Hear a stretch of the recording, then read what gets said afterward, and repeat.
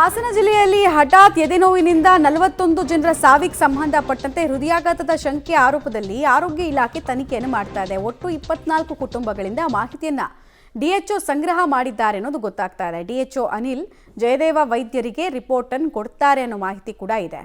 But ಅದೇ ಈ ಸ್ಯಾಂಪಲ್ಗಳನ್ನು ನೋಡ್ತಾ ಇದ್ರೆ ಮತ್ತೆ PM ರಿಪೋರ್ಟ್ ಪೋಸ್ಟ್ ಮಾರ್ಟಮ್ ರಿಪೋರ್ಟಲ್ಲಿ ಕೆಲವರ ಸಾವು ಮಾತ್ರ ಹೃದಯಾಘಾತದ ಕಾರಣಕ್ಕೆ ಆಗಿದೆ ಅನ್ನೋದು ಬರ್ತಾ ಇದೆ. ಬಿಟ್ರೆ ಉಳಿದವರ ಸಾವಿನ ವಿಚಾರದಲ್ಲಿ ಬೇರೆ ಬೇರೆ ರೀಸನ್ಸ್ ಗೊತ್ತಾಗ್ತಾ ಇದೆ.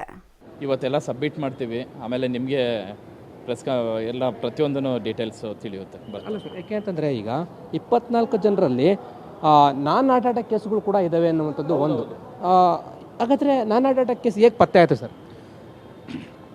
ನಾವು ಪ್ರತಿಯೊಂದೂ ಡೀಟೇಲಾಗಿ ನಾವು ತನಿಖೆ ಮಾಡಿದಾಗ ಅದ್ರ ಬಗ್ಗೆ ಹಿನ್ನೆಲೆ ಪೂರ್ವಾಪರ ಹಿನ್ನೆಲೆ ಎಲ್ಲನೂ ತಿಳ್ಕೊಂಡಿದ್ದೀವಿ.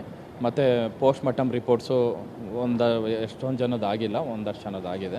ಅದ್ರ ಮುಖಾಂತರ ನಾವು ಅದನ್ನು ಯಾವುದು ಹೃದಯ ಸಂಬಂಧಿಯಿಂದ ಆಯಿತಾ ಅಥವಾ ಹೃದಯ ಸಂಬಂಧಿ ಅಲ್ಲದೇ ಇರೋಂಥ ಬೇರೆ ಕಾರಣಗಳಿದೆಯಾ ಅನ್ನೋದನ್ನ ನಾವು ಇವಾಗ ವರದಿನ ಕೊಡ್ತೀವಿ. ಸರ್, ಹೃದಯ ಸಂಬಂಧಿ ಇಲ್ಲದೇ ಹಾರ್ಟ್ ಅಟ್ಯಾಕ್ ಇಲ್ಲದೇ ಡೆತ್ ಆಗಿರೋದು ಎಷ್ಟು ಕೇಸ್ ಇದಾವೆ ಸರ್? ಅದನ್ನು ಇವಾಗ ನಾನು ಸಬ್ಮಿಟ್ ಮಾಡ್ತೀನಿ.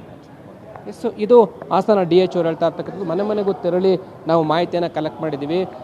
ಮರಣೋತ್ತರ ಪರೀಕ್ಷೆಗಳನ್ನು ನಾವು ವರದಿ ತರಿಸ್ಕೊಂಡು ನಾವು ಚೆಕ್ ಮಾಡಿದ್ವಿ. ಚೆಕ್ ಮಾಡಿಬಿಟ್ಟು ನಾವೀಗ ವರದಿಯನ್ನು ಸರ್ಕಾರಕ್ಕೆ ಸಲ್ಲಿಕೆ ಮಾಡ್ತಾ ಇದ್ದೀವಿ. ನಾವು ಕ್ಲಿಯರಾಗಿ ಹೇಳ್ತಾ ಇದ್ದೀವಿ, ಹೃದಯ ಸಂಬಂಧಿ ಸಮಸ್ಯೆ ಇದೆಯಾ ಇಲ್ವಾ ಏನು ಅಂತೇಳಿ ಚೆಕ್ ಮಾಡಿಬಿಟ್ಟು ನಾವು ವರದಿಯನ್ನು ಕೊಡ್ತಾ ಇದ್ದೀವಿ ಅನ್ನೋ ಮಾಹಿತಿಯನ್ನು ಈಗ ಪಬ್ಲಿಕ್ ಟಿವಿಗೆ ಹಾಸನ DHO ಅವರು ಹೇಳಿರುವಂಥದ್ದು. ಕ್ಯಾಮರಾ ಪರ್ಸನ್ ಯಶವಂತ ಜೊತೆ ಲೋಕೇಶ್ ಪಾಡದಲ್ಲ, ಪಬ್ಲಿಕ್ ಟಿವಿ ಬೆಂಗಳೂರು.